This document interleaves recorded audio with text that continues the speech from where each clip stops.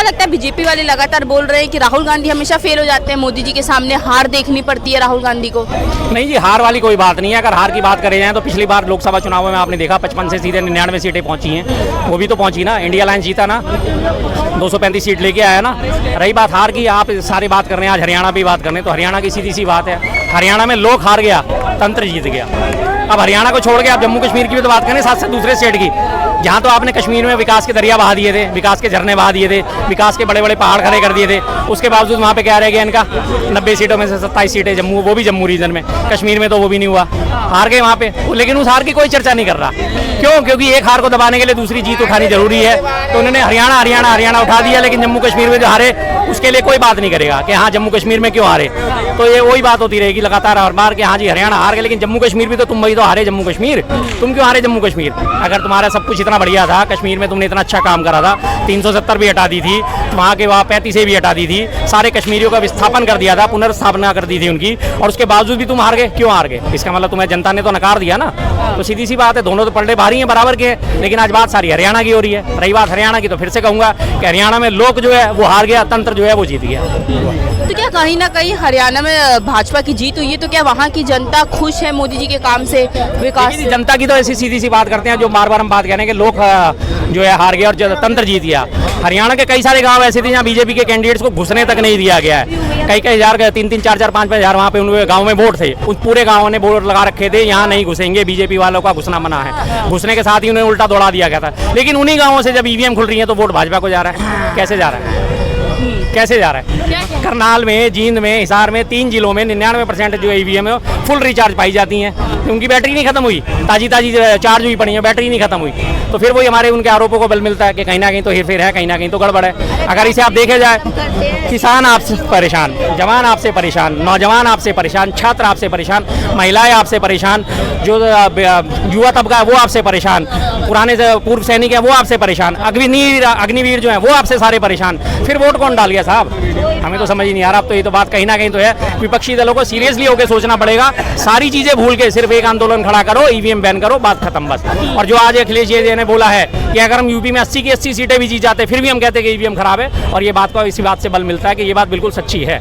EVM में कहीं ना कहीं मिस्टेक्स हैं, हर हालत में कहीं ना कहीं मिस्टेक हैं। 2-2 घंटे के लिए, पौने घंटे के लिए वो चुनाव की काउंटिंग रोक दी जाती है, रोक दिया जाता है 36 मिनट के लिए अंतराल पे, 36 मिनट के अंतराल पे स्ट्रॉन्ग रूम की लाइटें बंद हो जाती हैं, उनके सीसीटीवी कैमरा काम करना बंद कर देते हैं, और उसके बाद रिजल्ट क्या निकल के आता है? सब जगह से अनएक्सपेक्टेड रिजल्ट। किसी भी आम आदमी से भी पूछो, किसी अखबार वाले से पूछो, किसी भी उससे एनालिसिस वाले से पूछो, सब कह रहे थे कि हरियाणा तो ये हार गए हैं, हर हालत में हार गए। लेकिन अब उसी बात में नायब सिंह सैनी का एक दिन पहले का जो बयान मैं बार बार देखता हूँ, आज रिपीट कर करके, हमने सारी व्यवस्थाएं कर ली हैं, हम जीत रहे हैं। अरे भाई बताया ना, हमने सारी व्यवस्थाएं कर ली हैं, हम जीत रहे हैं। 3-3, 4-4 बार उन्होंने इस बात को जोड़ दे के बोला, हमने सारी व्यवस्थाएं कर ली हैं, हम जीत रहे हैं, और वो व्यवस्थाएं सामने आ गई। अब भाई साहब को क्या कहना है कि वहाँ पे इतना अत्याचार था, जनता के साथ कैसे जीत गए? पहले जम्मू कश्मीर में कांग्रेस और नेशनल गठबंधन को बहुत बहुत बधाई, जो लोकतंत्र की स्थापना हुई, और अब वहाँ विधायक का राज चलेगा।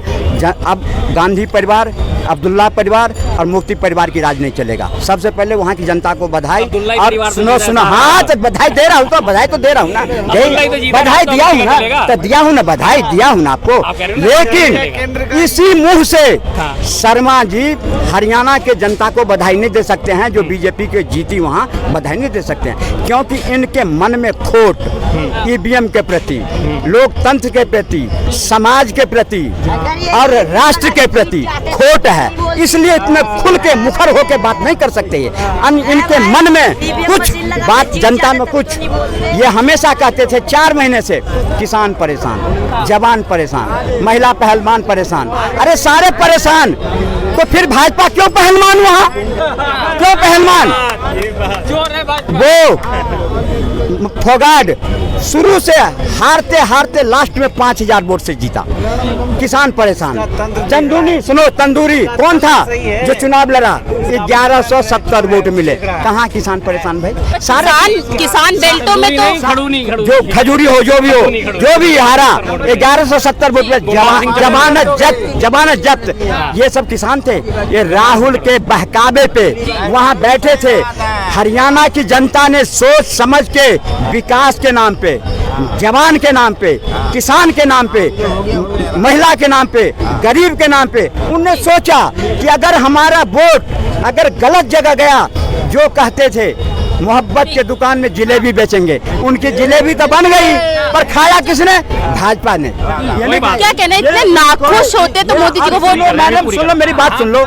जब 9 बजे 8 बजे जब ईवीएम खुली, 9 बजे तक 62 तक गए, ईवीएम दुरुस्त, पत्रकार दुरुस्त, आज तक चैनल दुरुस्त, ईवीएम दुरुस्त, चुनाव आयोग दुरुस्त। और जब 10 बजे 40 पर में भाजपा पहुंची तो ईवीएम पर खराब, मीडिया खराब।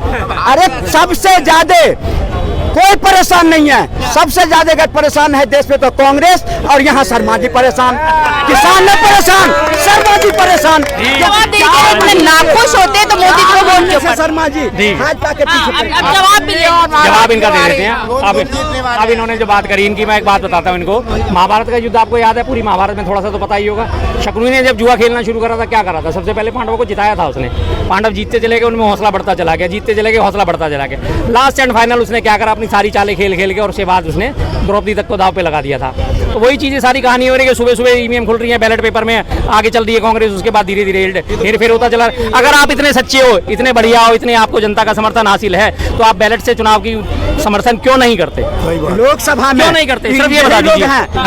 जब वो आया था ईवीएम, वो आया था, क्या कहते हैं ये नहीं, रिजल्ट जब आया था एक दिन पहले, तो बड़े आग लगा देंगे देश में, धरना करेंगे, प्रदर्शन करेंगे। और जब 99 मिल गई, 232 विपक्ष में मिल गया, तो ईवीएम सही है, फर्स्ट क्लास ईवीएम है, लोकतंत्र बढ़िया है, सब कुछ। अरे शर्मा जी कहाँ मुँह छुपाओगे? अरे मुँह कहाँ छुपाओगे? मुँह छुपा रहे हो, मुँह छुपा रहे हो। सीना तान के खड़ा हूं। एक ने मुझे कहा था वीडियो अभी भी सीना तान के यहीं खड़ा हूं। मिलोगे, मैं करूंगा, तुम पियोगे। आज मैं खोज रहा हूँ वो बुढ़ा है कहाँ, उसको छोड़ो। मैं तो यहीं हूं। शर्मा जी मैं तो यहीं हूँ, मैं तो कहीं नहीं जाता। हमेशा की तरह आज भी यहीं हूँ, 4 तारीख को भी यहीं, 8 तारीख को भी यहीं हूँ। हमारे तरह ये बोलो नेशन फर्स्ट। हाँ। नहीं जवाब दे दीजिए कि जम्मू कश्मीर में भी तो हारी है ना बीजेपी, तो फिर ईवीएम को ब्लेम क्यों? जम्मू कश्मीर को इनको सबको पता है जम्मू कश्मीर की स्थिति क्या है। जम्मू कश्मीर की स्थिति बिल्कुल आज दिल्ली जैसी स्थिति है। जम्मू कश्मीर में एलजी शासन है। अगर वहाँ पे मुख्यमंत्री भी बनेगा तो वो कठपुतली बन के रहेगा,